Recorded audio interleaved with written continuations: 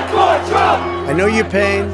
I know you're hurt. We had an election that was stolen from us. It was a landslide election, and everyone knows it, especially the other side. But you have to go home now. Donald Trump's response to last week's attack on the U.S. Capitol led Twitter to permanently ban him from its platform, and Facebook and YouTube closed his account on the grounds that he had used their platforms to incite violence. Next, Apple and Google banned the Twitter competitor Parler from its app stores on the grounds that the perpetrators of last week's attack used it to coordinate, and because the service doesn't engage in adequate content moderation. Then Amazon, which owns about a third of the global cloud storage market, evicted Parler from its cloud hosting service, taking the site down entirely. These decisions drew a ferocious reaction, both for and against, from people of all political stripes. For better or worse, as Edward Snowden put it after Trump was kicked off Twitter, this will be remembered as a turning point in the battle for control over digital speech. It is stunning to watch now as every war on terror rhetorical tactic to justify civil liberties erosions is now being invoked in the name of combating Trumpism, wrote Glenn Greenwald. So how should those who value a free and open society feel about the deplatforming of the commander-in-chief, the ongoing purge of many of his supporters, and repression of discussion of 2020 election voter fraud claims? Twitter is a private company, and CEO Jack Dorsey's capacity to evict even the President of the United States is something worth valuing. But what if the network power of a handful of Silicon Valley giants is so great that there's nowhere else to turn? And are Facebook, Twitter, and Google acting independently or bending to the will of Congress at a time when tech has been so deeply politicized? The takeaway from the great deplatforming of 2021 is that we need now more than ever an open digital commons where individuals can maintain ownership of their own identities and speech is highly resistant to political pressure.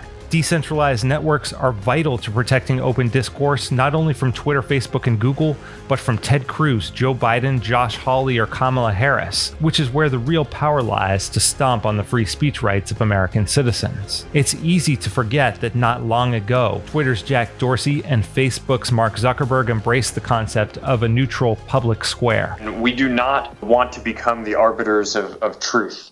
The shift from digital commons to actively curated newsfeed was underway long before the election. In October of 2020, Facebook deranked and Twitter blocked the sharing of a New York Post story, claiming that Joe Biden met with an executive at a Ukrainian gas company where his son held a board seat. Twitter also blocked the nation's oldest newspaper from using its account for more than 2 weeks. When the New York Times' Kara Swisher grilled Parler CEO John Matzey about Parler's role in inciting the Capitol breach, he defended its hands-off approach. If it was organized on your site, what should happen on your site?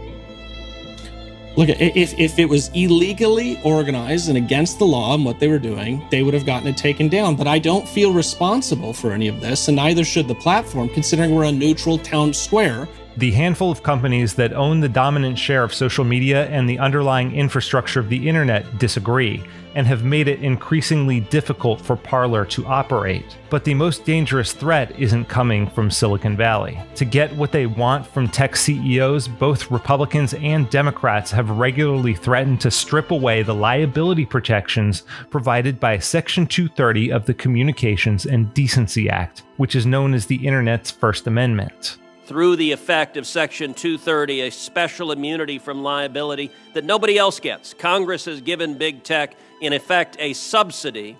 That's a pretty foundational law of the modern platform-based internet. Exactly right, and it should be revoked. Democrats want to leverage Section 230 to force them to weed out misinformation, which they falsely imagine can be sorted out by panels of accredited experts or finely tuned algorithms. Republicans have threatened to repeal 230 unless platforms commit to viewpoint neutrality, a standard which Stanford technologist Daphne Keller says is impossible to uphold. I don't even know what being neutral would mean. Would it mean allowing every single thing to be uploaded and just showing it in chronological order? Can you be neutral if you have search features? Can you be neutral if you allow people to mute things? I think a truly neutral, meaning showing everything that is legal, social media platform would be full of content that most users don't want to see. President-elect Biden is making a public push for a new domestic terrorism law and red flag laws, which would make it easier for federal agents to seize firearms based on a user's online posts. Perhaps Americans' way of thinking about free speech is not the best way, wrote Emily Bazelon in the New York Times Magazine. At the very least, we should understand that it isn't the only way, and that European speech regulations have created better conditions for their citizenry to sort out what's true from what's not, and to make informed decisions about what they want their societies to be. But in the EU, these regulations have created unintended consequences of flagging content that's disturbing yet vital to the public interest, such as an archive of Syrian war crimes wrongly flagged as terrorist content under the EU guidelines. Right now, we don't have any clear information telling us that taking down all of these videos really is making us safer. In fact, a lot of people who are expert researchers on security are concerned that this will effectively drive more people into darker corners of the internet, into echo chambers where they only ever hear from people who agree with a violent agenda. What do you think when people are saying it's time for civil war, I'm bringing my guns to Washington? You think you just let them say that? Well, if it was up to me, we wouldn't be in this situation where two sides hate each other. And here we this find much. ourselves. Whether or not it's Parler, it's Twitter, it's Facebook, it's Google, it's Telegram, WhatsApp, whatever it might be, you can't stop people and change their opinions by force, by censoring them. They'll just go somewhere else and do it. A study from social psychologist Richard Rogers found that a robust network of deplatform figures has already emerged over the past several years on encrypted apps like Telegram, the preferred platform for pro-democracy activists in Hong Kong trying to avoid Chinese censorship. A transition to a new, more decentralized and private web may be accelerating as privacy-centric DuckDuckGo has experienced significant growth in search as a Google alternative, and the encrypted messaging app Signal saw a big bump after Elon Musk encouraged the masses to install it.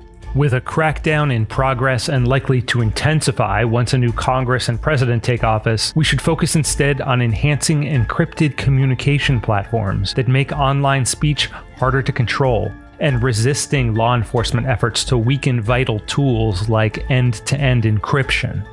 There's a lot that still needs building to create an alternative digital commons, but it can be accomplished. Communicating freely might take more work in the future, and your favorite politician might get banned or your favorite app taken out of the store. But in this cat and mouse game, the mice far outnumber the cats. That said, in the short term, the decision makers at Twitter and Facebook may want to consider that repression tends to have the unfortunate effect of pushing legitimate dissidents and dangerous, unsavory extremists into the same channels. Sigmund Freud theorized that when thoughts or experiences are repressed, they inevitably resurface in more deranged and damaging forms. When our dominant communication platforms seek to repress widely held beliefs and opinions, those beliefs and opinions aren't likely to simply disappear, but rather re-emerge elsewhere in less visible forums where they'll face less scrutiny. The next few years may be ugly, but silencing dissenters will ultimately fail. Information wants to be free, as Stuart Brand famously quipped. The Great Repression will almost certainly have unintended consequences, but it can't last forever.